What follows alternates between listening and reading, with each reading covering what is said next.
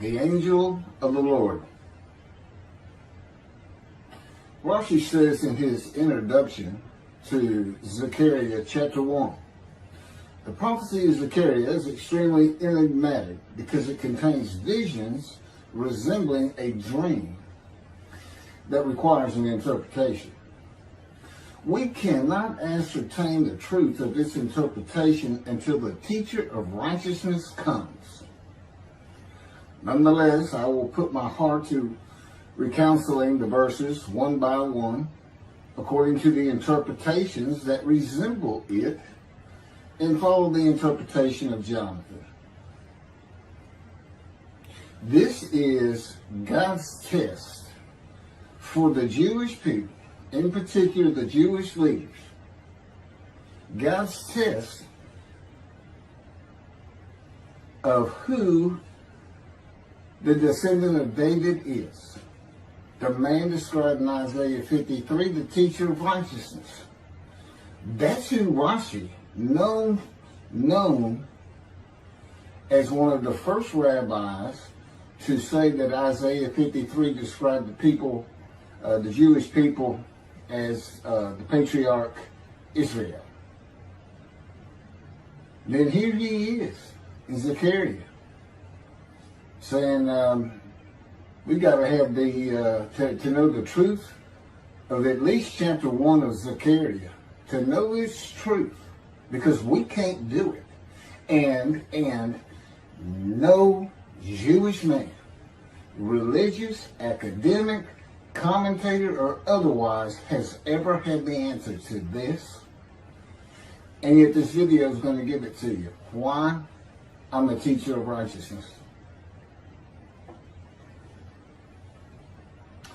This is Zechariah chapter 1, verses 7 through 12. That's the preamble that Rashi leads into before he starts his commentary. And this is in midrash form. That's where I take parts of a verse and interpret each in individual segments. Verse 7. On the 24th day of the 11th month of the second year of Darius, the month of Shabbat, this word of the Lord came to the prophet Zechariah, son of Berechiah, son of Edo. This word of the Lord. This verse continues with, in the night I had a vision, which is not a word of the Lord. The word of the Lord coming to Zechariah means the messenger of the words of God has come to Zechariah, who is the angel of God's presence, and the word of the Lord. Literally, that's his name. He has alighted upon Zechariah to bring a vision from God. Not a word, a vision. Verse 8. In the night I had a vision. I saw a man mounted on a bay horse standing among the myrtles in the deep, and behind him were bay, sorrel, and white horses. In the night I had a vision. There's a man on a horse standing in the myrtles. He is later referred to as the angel of the Lord, standing in the myrtles. The angel of the Lord alights upon and enters men, and my name, Hashem, is in him and can speak through the man. Zechariah has an angel with him who is his guide in the vision. The deep is like a valley Zechariah is looking down on, filled with myrtle trees, and then an open area below that is where the bay, sorrel, and white horses are. Verse 9. I asked, what are those, my Lord? And the angel who talked with me answered, I will let you know what they are. What are those, my Lord? Zechariah is not talking to the angel. That's an angel. It's not my Lord. Who answered, but who never lets him know what they are. he is asking the man standing among the myrtles on a bay horse about the horses in the open area and calls him my Lord.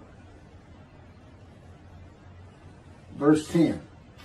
Then the man who was standing among the myrtles spoke up and said, these were sent out by the Lord to roam the earth. Then the man who was standing among the myrtles spoke up and said, again, this is midrash form. Okay, so the man standing in the myrtles answers the question of Zechariah, not the angel who is with Zechariah. Verse 11, and in fact, they reported to the angel of the Lord, who was standing among the myrtles. We have roamed the earth and have found all the earth dwelling in tranquility. And it's just like a dream. We have horses talking. You know, they could have been birds. Anything that can go far and go a long ways out and then come back.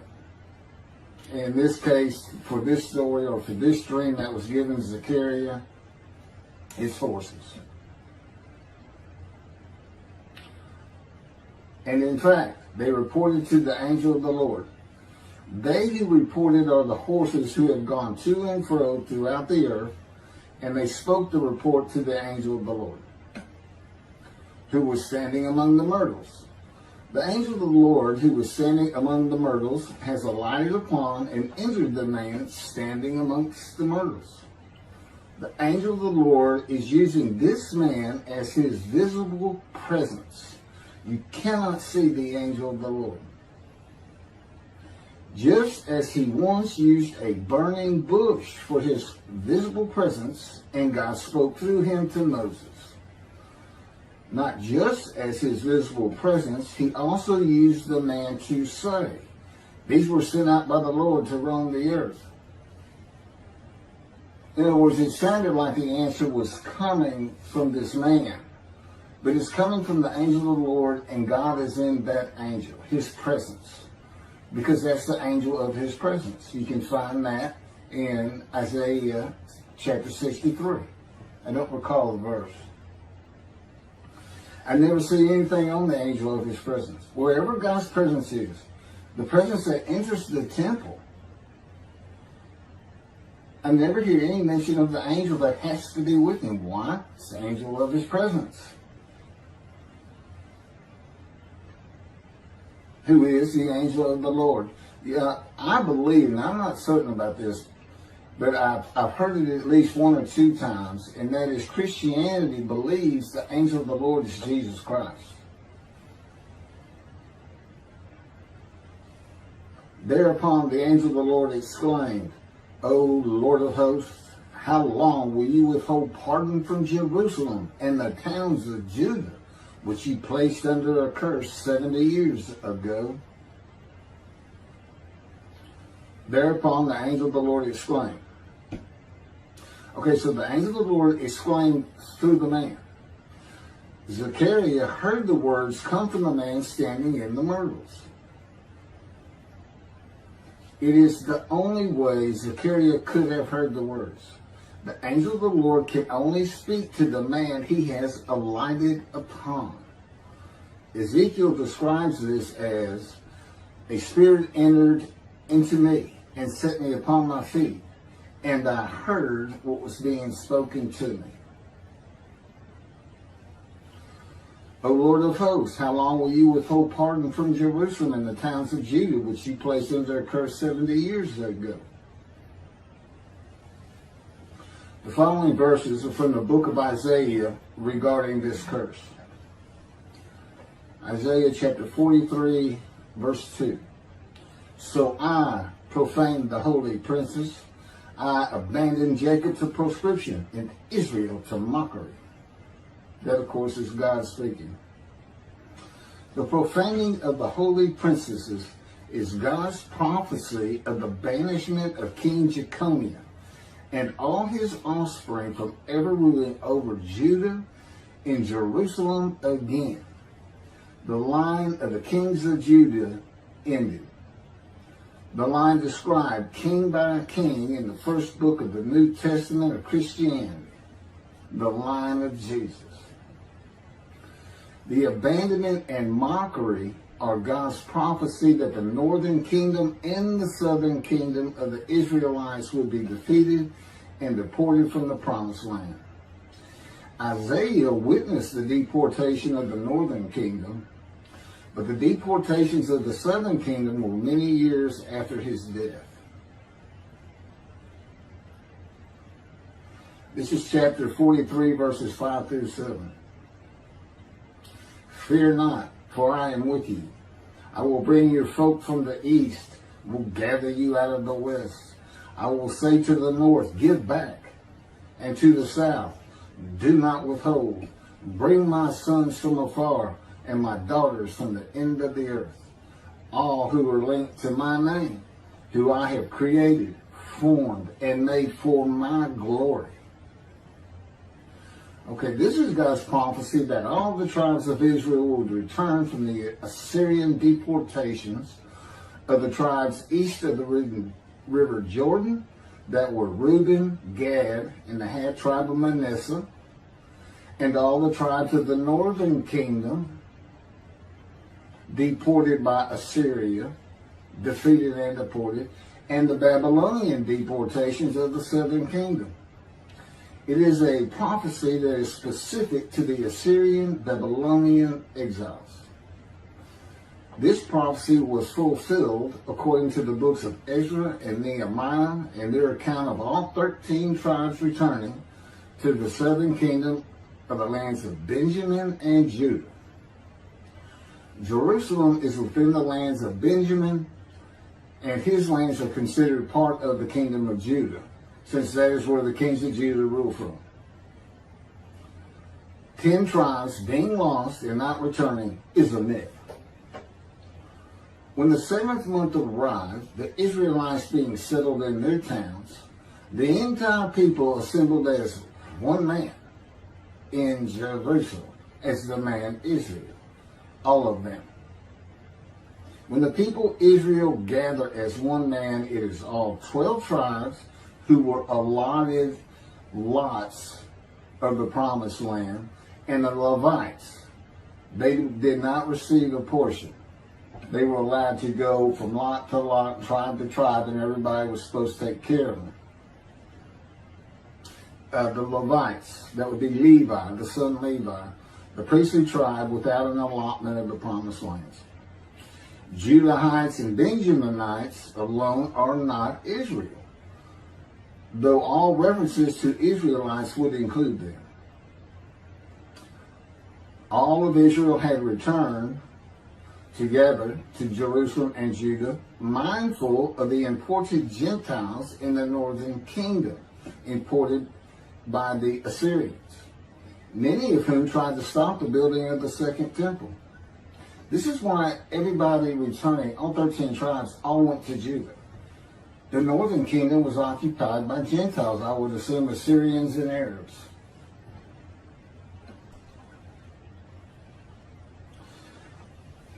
This is 1 Chronicles chapter 9, verses 2 and 3. The first to settle in their towns on their property were Israelites, priests, Levites, and temple servants, while some of the Judahites and some of the Benjamites and some of the Ephraimites and Manassesites settled in Jerusalem. That would be Ephraim and Manasseh. Manasseh was such a large tribe, it had to be broken in. It was broken in two. Half of it set up, their allotment was east of the river Jordan by about where Edom would be. And well, that was the tribe of Gad. Not Edom, Gilead, where the Tishbite, Elijah, the Gentile, was an inhabitant. Ramoth Gilead. Manassites, Ephraimites, and Judahites were the tribes with the largest allotment of the lands of Abraham, and Jerusalem is in the lands of the Benjamites. Those are who just got mentioned. The three largest lot owners. Okay, Benjamin, that's where Jerusalem is. He's important. And of course the priests, the Levites. So Ephraim and Manasseh were not lost tribes, as many believe from writings outside of the Bible. There never were lost tribes according to the Bible. Okay, so all 13 tribes returned and settled in new towns. The accounts of the deportations indicate there was not much left of the old towns. There is no account of how the new towns were settled, though it is unlikely it was based on prior ownership. The exile lasted too long for the deported owners to still be alive, and the tribes of the northern kingdom had to build new towns to live in. It also says the Levites settled in on their lands. So everybody had to pick and choose, and I'm sure the strong and wealthy got the best places, and again, many just settled in Jerusalem. Okay, this is Isaiah chapter 43, verse 14. Thus said the Lord, your Redeemer, the Holy One of Israel, for your sake I send to Babylon. I will bring down all her bars, and the Chaldeans shall raise their voice in lamentation. This is God's prophecy that Assyria would be conquered by the Babylonians, who were defeated by the Chaldeans. But they actually go back and forth and actually became somewhat intermingled, Chaldeans and Babylonians.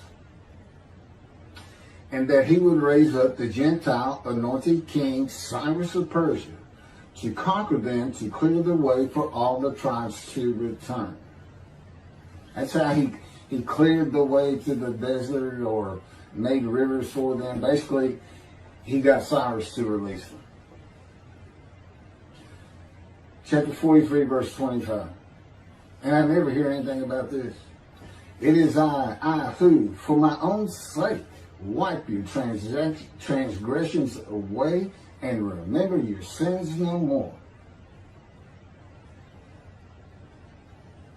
Okay, this is God doing, and he says this, something new. I'm going to do something new for the Israelites. This story repeats with the new covenant that includes sin forgiveness of the Jewish people that arise with Elijah and the angel of the covenant after the exiles of the Roman dispersal return to the land of Israel in a time to come. That's from Jeremiah chapter 31. The Jewish people have returned from the Roman dispersal of them throughout the world, the diaspora, which means outside of the promised land, outside of Israel, to a land that lay desolate for more than 2,000 years until after the Holocaust, and they created the state of Israel in 1948. 70 years later, and that's funny too, because they talk about a curse of 70 years. That 70 years, I believe, just applies to the last of 3 deportations of Judah and the defeat by the Babylonians, because the northern kingdom had been defeated and deported long before that, and the first to be defeated and taken to the lands of Assyria was Gad, the half tribe of Manasseh, the lands east of the river Jordan. 70 years later, the land blooms again. Jerusalem has been rebuilt as a great city, larger than it was in ancient times. According to God's words in Jeremiah 31, the time to come to deliver the new covenant with sin forgiveness is here. That's very important for the interpretation of at least chapter 1 of Zechariah. That means the angel of the covenant that you desire of Malachi 3 is on his way, followed by God and the messenger Elijah. And when God's third temple is built, he will return to it suddenly. This is the day of the Lord. That's Malachi chapter 3. Now, Zechariah is in Jerusalem, and the construction of the second temple is about to begin. Isaiah has written God's words of sin forgiveness, which would have removed the curse long before this, when they were returning, when the remnant of the 13 tribes was returning. And the angel of the Lord proclaims, O Lord of hosts, How long will you withhold pardon from Jerusalem and the towns of Judah, which you placed under a curse 70 years ago? Okay, this vision of Zechariah and the words of the angel of the Lord through the man standing in the myrtles regarding the curse 70 years ago is to make Zechariah think and try to understand why the angel of the Lord would say this. From his perspective, the curse was lifted. He was back in Jerusalem with all the tribes preparing to build the second temple. The vision is for Zechariah to find out how and when the curse was lifted. And that's important today, because this is the day of the Lord. The new covenant is here, and every single Jew throughout the world is forgiven of their sins right now. And that message has been given to me to be delivered. And it's not getting out there. It's just not getting out there. And that's what happened here. Because if you read Ezra and Nehemiah, it's clear they had no idea that their slates had been claimed. And sin and continue. You know, once you know that God has just said, okay, I'm not going to remember any of that. Let's all start fresh. I'm here with the covenant of friendship. Let's everybody start being observant Jews.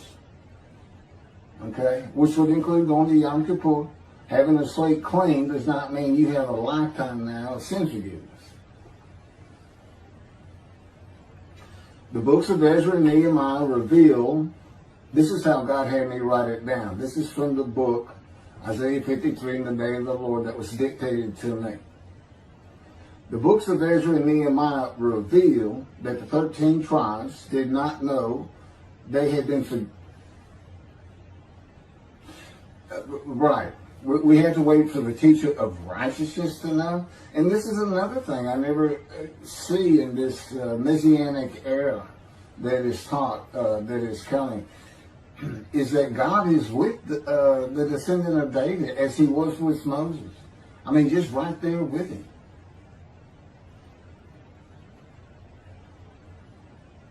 The books of Ezra and Nehemiah reveal that the 13 tribes did not know they had been forgiven of their sins to be a holy seed in the building of the second temple. If people know they have been forgiven and have a clean slate from past transgressions against God and his laws, they are more likely to stop their sinful ways and abide by his laws in the future. The scroll of Isaiah needs to be found and interpreted by Zechariah and the religious leaders so they will know of God's forgiveness of their sins. God will be returning before the temple is built. That will be the third temple, to test the devotion of his righteous servant and make him suitable for his purpose, which might prosper. That includes the building of the third temple.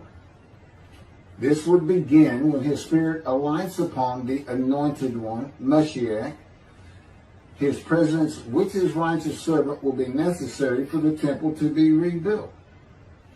Islam will not freely hand over their third most holy site to Israel and abandon the Dome of the Rock Mosque, a mosque that sits on the Temple Mount purchased by King David for God, the most holy site of the Jewish people.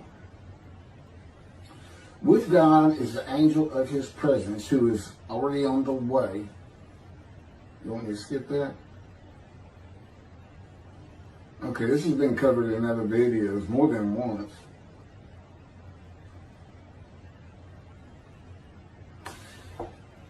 The prophet like Moses will have other similarity to Moses beyond writing God's words at his command and direction.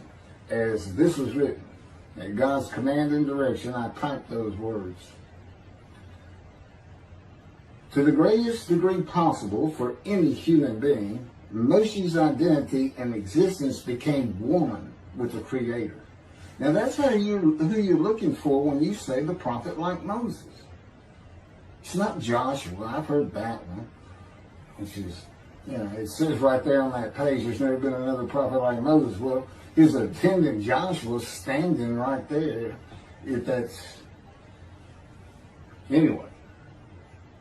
Moshe's identity and existence became one with the Creator. I don't think you can say that of Joshua. I don't think you can say that of any man until the Spirit of God alights upon him in chapter 11 of Isaiah.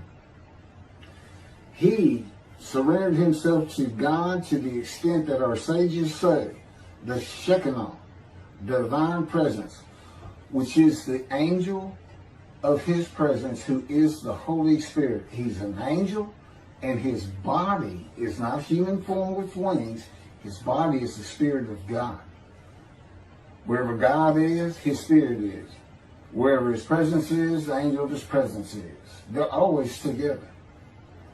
So when they alight upon a man and say, okay, we have tasks for you, that man immediately becomes a man in divine beings. And that's the Shekinah. That's the Spirit of God and the presence of God entering into the temple, which would include the angel of his presence. The Shekinah spoke through Moshe's throat. As I have mentioned, God can speak through me. You're only going to know it, just like with the man standing in the myrtles, by the words that are spoken. Okay? Because it's my voice. But it's not me. You know, I can tell the difference. You can't, other than those would be how God would state it. And you can, if you watch closer, you can see it happen in all these videos. I mean, for the most part. Where God just, you know, he just throws out a sentence or two. And I just keep going, you know. I let him get done, and I just pick up from there. We've been working on this for over 13 years. That's from the Zohar, Volume 3, page 232A. And then it says, i.e., he was God's veritable mouthpiece on this earth. That's from the Sefer Hashikos 5749, Volume 1, page 290, and a footnote. The prophet, like Moses, will also have the answer to these questions. Quote, the great Jewish philosophers try to understand the question of how Moses heard God literally. Some insisting that God spoke actual words and Moses heard them with his ears, while others suggest that God's speech was communicated silently to Moses' intellect and only uttered in sound by Moses himself.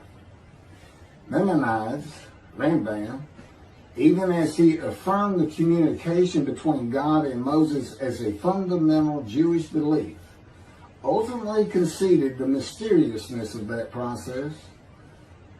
The entire Torah reached Moses from God in a manner which is figuratively described as speech, but no one has ever known how that took place except Moses himself, whom that speech reached. That's commentary on the Mishnah, Sanhedrin, chapter 1. Well, I have the answers, and I've been telling you the answers. God is in his Spirit. Spirit enters into you, because we find it in Ezekiel. There's where God tells you. God was telling Ezekiel, Ezekiel, get up on your feet. Ezekiel says, at that very moment, a spirit entered into me, and I could hear the words of God. There it is. When he enters him. Now, he's not hearing that through his ears. There's the first question answered. It's not to your ears. And there is a silent knowing. That's what we call it, what God has taught me.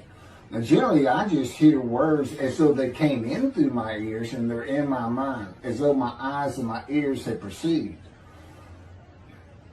But he can put just knowledge into my mind without uttering a word. And it's kind of can be pointed out